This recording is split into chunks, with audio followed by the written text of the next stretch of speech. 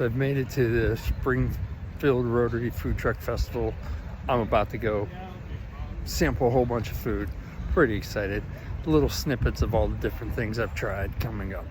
First up, the Midas Touch from Twisted Dream. There's the Midas Touch. Check it out. Gold sparkles. Truly fit for King Midas. That was phenomenal. The feta cheese, the pickled onions, all that's really good. And I'm all sparkly now.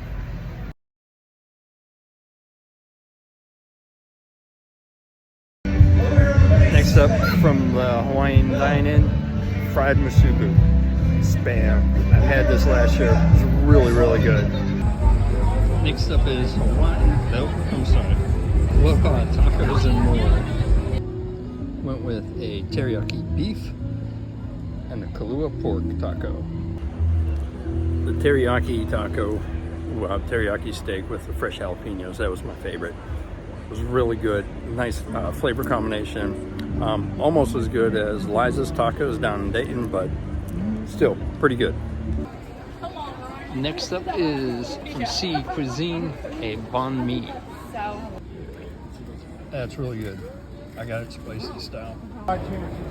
Next up is cheese and chong with